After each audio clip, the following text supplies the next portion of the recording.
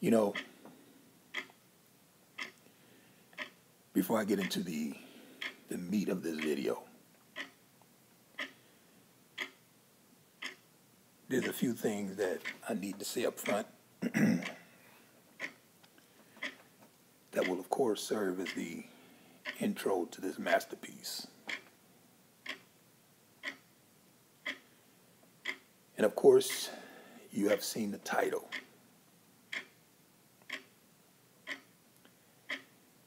Now let me forewarn y'all right up front.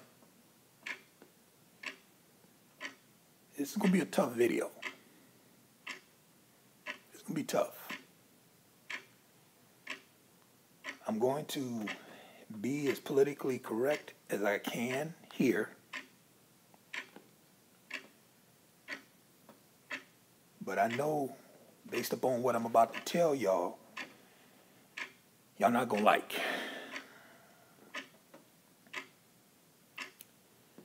But I was preparing myself to address this video of this Brad that called into one Cynthia G's podcast.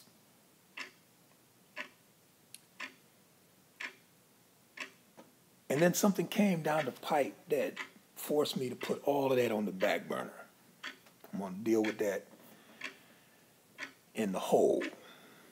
I'm going to have to take that whole conversation down into the rabbit hole production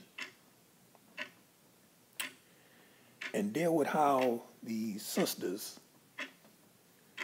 were all in celebration of this Brad, which, of course, you know, this doesn't surprise us. I mean, we know that it's not truth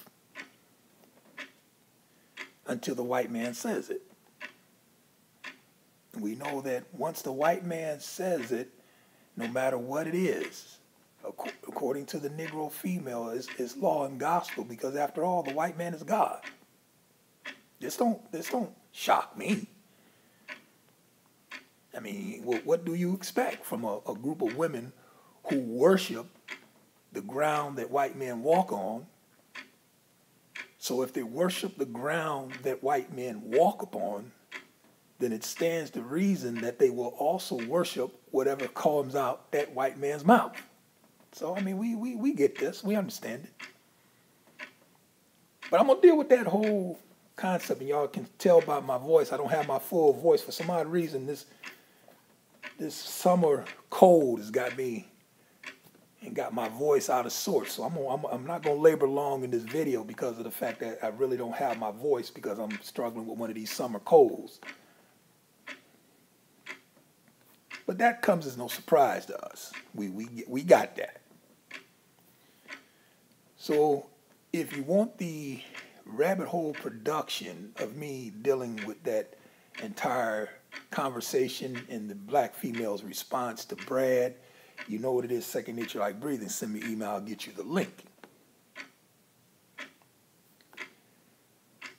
And then this week,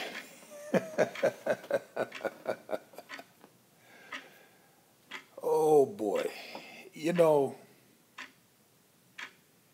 just when you think black people cannot surprise you anymore.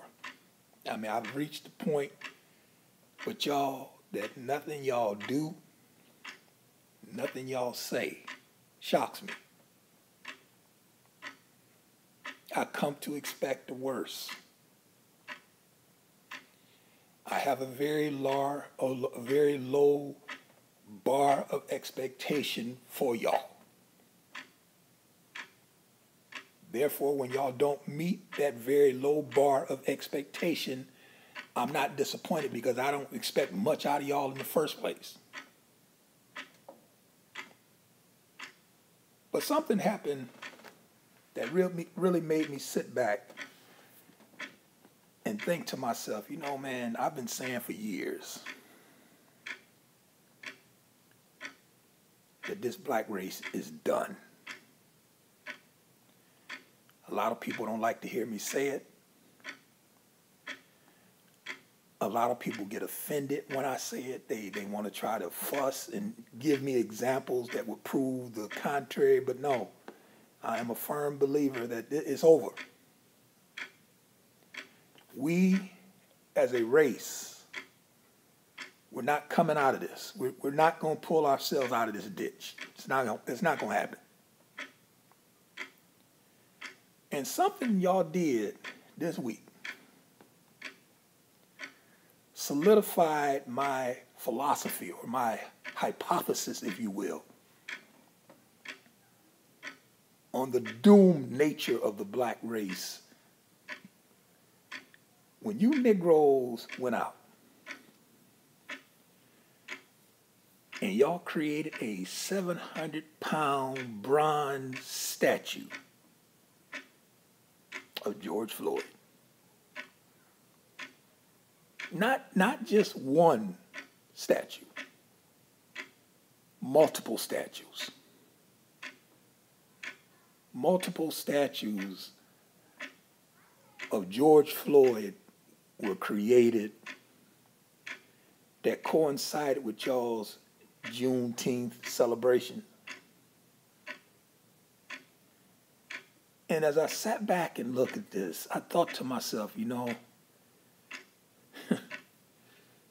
when God created the black race, he had to be laughing. I mean, there's just no other way you can even begin to rationalize this Negro. And the complete and utter goofy shit he does. I've told y'all from the conception of the Black Lives Matter, when that organization was founded, and many of you follow my videos, y'all may remember this. I talked about, when does a black life have a value? When that black life is taken by a white cop or a white person. If George Floyd met his demise at the hands of a Negro, there would be no statues. There would be no celebrations. It's just another nigga dead. But because George Floyd met his demise at the knee of a white cop who, of course, if you listen to their narrative, he's racist, then all of a sudden George Floyd becomes a candidate for bronze statues and celebrations. And many of you will still wonder why I'm telling you it's over for this race. It's done. It's done. We, as a culture, we are not pulling ourselves out of this ditch. We're too far gone. Too far gone. And I know some of y'all believe that things are getting better. Some of y'all believe that, you know, there are people now who are on the scene who can correct the downward spiral of the Negro. I'm here to tell you, y'all, listen, it's not happening. It's not happening, people. When I seen y'all and y'all celebrations, and see, listen, let me tell y'all something. Stop sending me emails asking me to do videos on Juneteenth. Juneteenth means nothing to me. I mean, haven't I made this abundantly clear? I don't celebrate none of y'all's holidays. I don't celebrate none of y'all's holidays. So there's nothing for me. There's no there with Juneteenth. I mean, what? Juneteenth, 4th of July is one and the same. Christmas, Easter, I mean, they're all one and the same. I've done videos on them all. And this is the reason why I don't celebrate none of y'all's holidays. None of them. The only holiday that I celebrate is my birthday. But when I seen you Negroes carrying on with these statues these bronze statues. And listen. Now, I've said this from the very first video that I done on George Floyd. I said it, I still believe it. This is my position on his death. If you're a black man in America and you can look at how that brother met his demise and not be troubled by that, there's something wrong with you. Something wrong with you. And again, the reason why those protests exploded all over the world is because people personalized it. So I understand that aspect of it. But now, once we respect that aspect of his demise, we then have to come back and ask y'all, what's up with the statues? What's up with the 700-pound bronze statues? What's up with y'all celebrating like y'all won something? See, let me take a sip of this.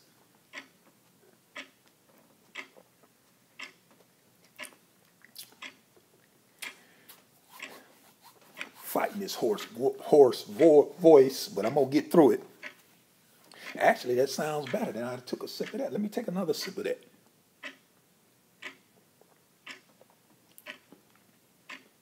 Okay. This video may be longer than what I thought, but listen. I'm going to give you an example.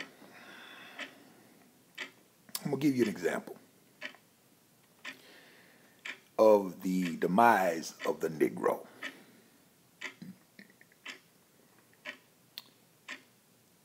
And I'm going to tie it into a movie, I believe it was in the 90s. I can't remember the exact date. Some of you may have seen the movie. If you haven't seen it, go watch it. And that's the movie Titanic. That's the movie Titanic. And I can remember a brother telling me, listen, man, you need to watch that because I think you will like the whole racial piece.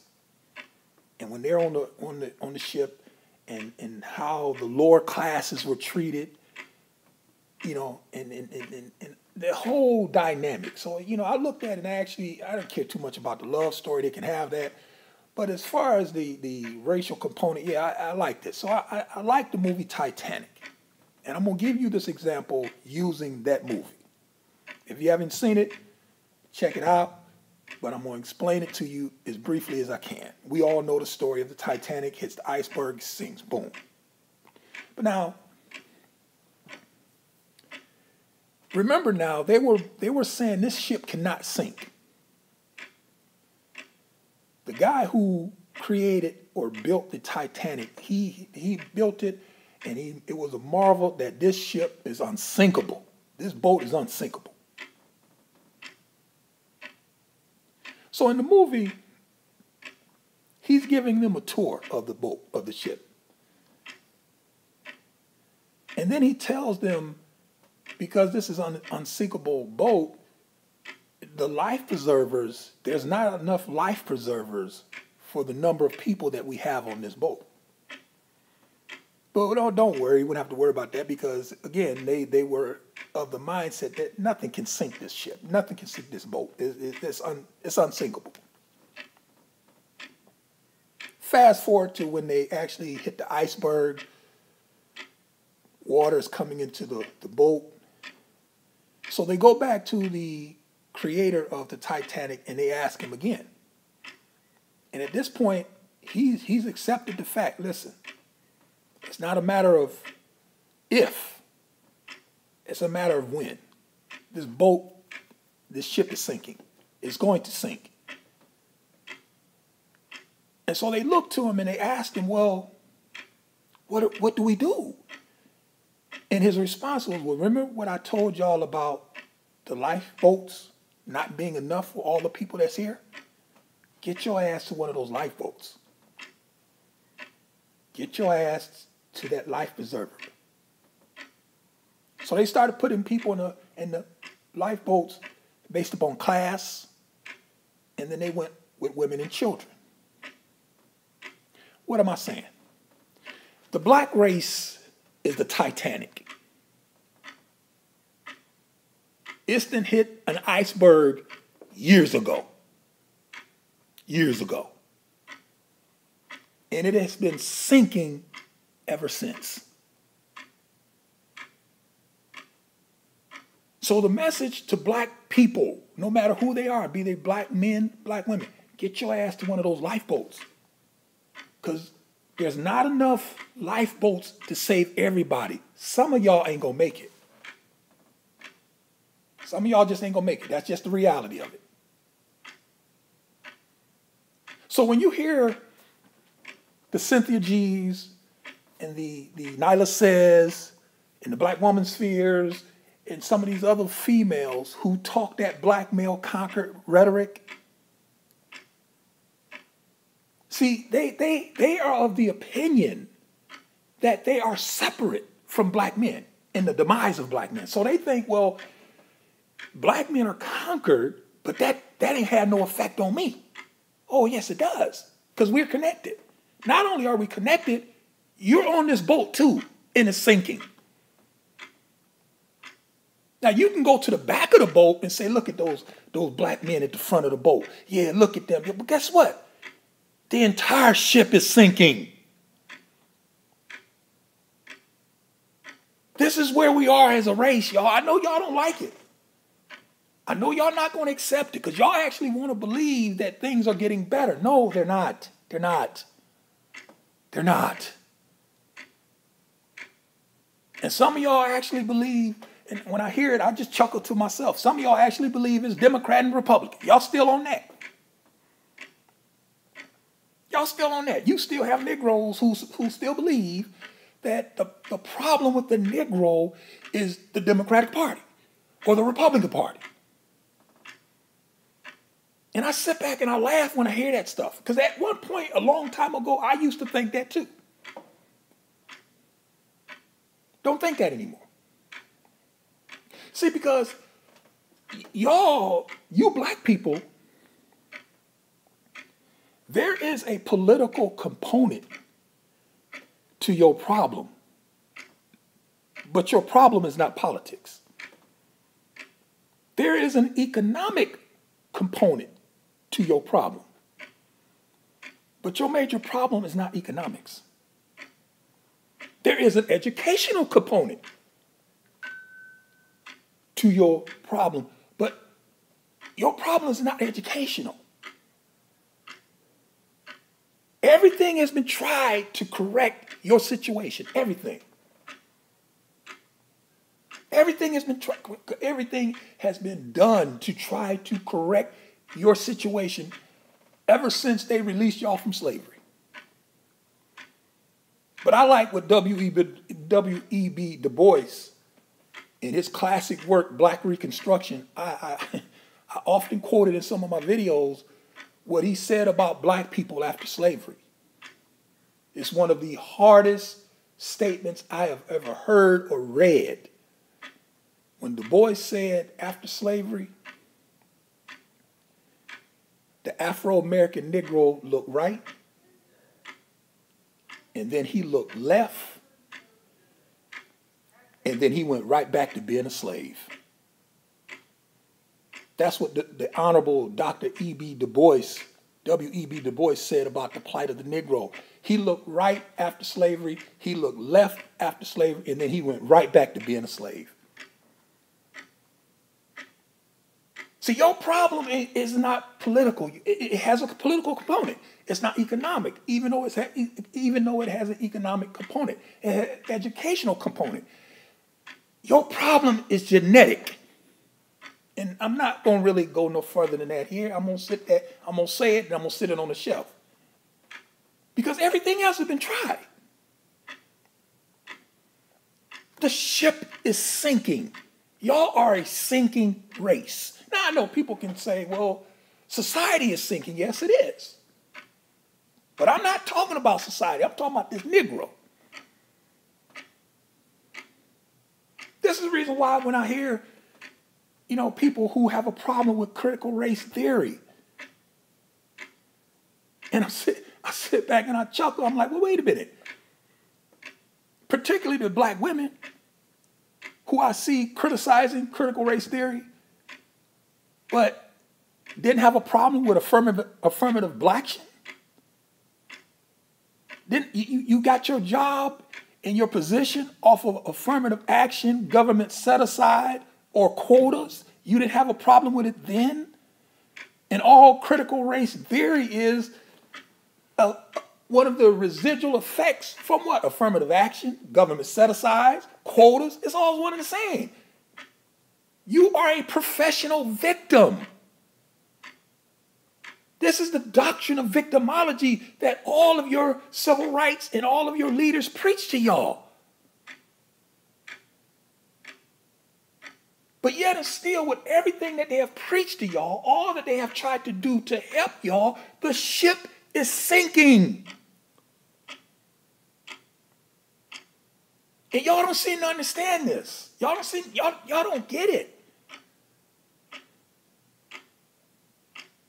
And the reason why y'all don't get it is because y'all have bought into the fact that, listen, things are getting better for me if I just do A, B, or C. No. You still on the ship, baby. See, the Cynthia G's and the Nyla Sezes and the rest of those women, they're like, if you've seen the movie Titanic, you remember the guys who were playing the violin as the ship sank? And they're sitting there playing the violin. They're playing music. This thing is going down, man. And they're oblivious to what's going on around them. They're sitting there playing music. See, that's the way they are. They think that the plight of black men is separate from them and they can separate themselves from it. No, you can't separate yourself from this. We are interlocked and interconnected whether we want to be or not. That's just the reality, man. This is just the facts. So now you can go to a different part of the boat and you can divest and go to the different part of the boat and think that, listen, I've separated myself from them. No, but you're still on this ship and the ship is sinking. Don't you get it? And when you look at you Negroes,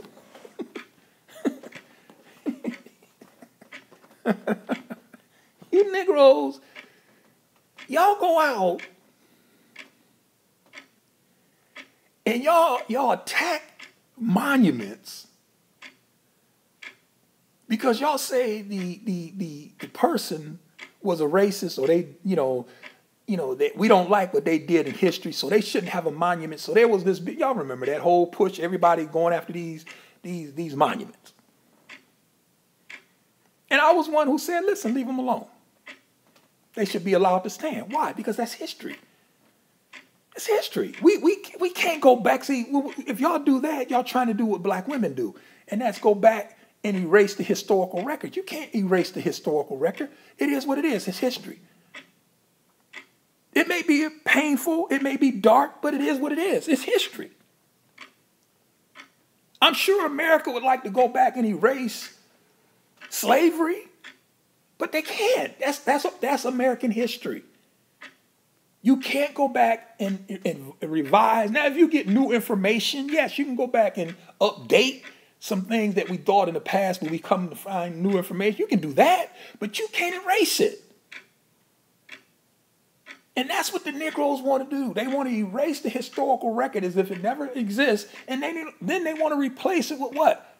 Statues and 700-pound statues of George Floyd. A man who done what? What did he do? What is it that he done?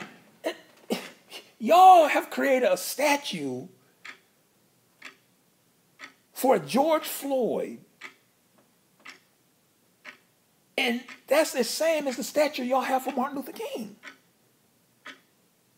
Now, I understand what y'all think Martin Luther King done for y'all, but I mean, that's a subject for another video and is very much debatable, but we covered it. Y'all know where I'm at on that. But yet, still, y'all say y'all love Dr. King. So all that he's done for y'all, y'all give him a statue. Even though half of y'all ain't paid for it, y'all ain't sent no money for it, and some of y'all ain't even going to visit. Ain't going to see the damn thing. But y'all love Dr. King so much. But again, those are subjects for other videos. But now y'all got these statues and monuments for George Floyd. And all of this shows, man, just how lost this race is, man. The ship is sinking. It's sinking, man. It's sinking. And it hurts me to tell y'all this because I know a lot of y'all don't believe it. It's over, man. We as a race, we're not pulling ourselves out this ditch. It's not going to happen. It's not going to happen. And let me tell y'all something else. Because, you know, I didn't want this video to be this long. I just want to give y'all some commentary and push y'all towards the Rabbit Hole Production. Shameless plug for the Rabbit Hole Production. You want that video, send me an email, I'll send you the link. But let me tell y'all something, as I still struggle with my voice. Listen, Cynthia G, Crystal Cares, Chrissy, Nyla Sayers, who else? Black Woman Fear. I mean, we can name these heifers all day. They are a lot of things, but agents is not one of them. They're not agents. They're not. They're not. They're not. No, they're not agents. And I will stand emphatically and say this. No, they are not agents. Why do I say that? Because in order for you, when you say that these people or these individuals are agents, you're suggesting and you're giving and placing more intelligence on black people than what they actually have. What am I saying? They don't need agents for y'all, man. Where have y'all been? Why is an agent needed to destabilize your community? Are you serious? Come on, man, stop. You're on a sinking ship. It's that hit an iceberg years ago. Why do we need an agent to further destabilize y'all when y'all gonna do it yourselves? Y'all just aren't that smart. You remember, and I'm gonna close with this. You remember Charles Manson? Why did Charles Manson order those murders?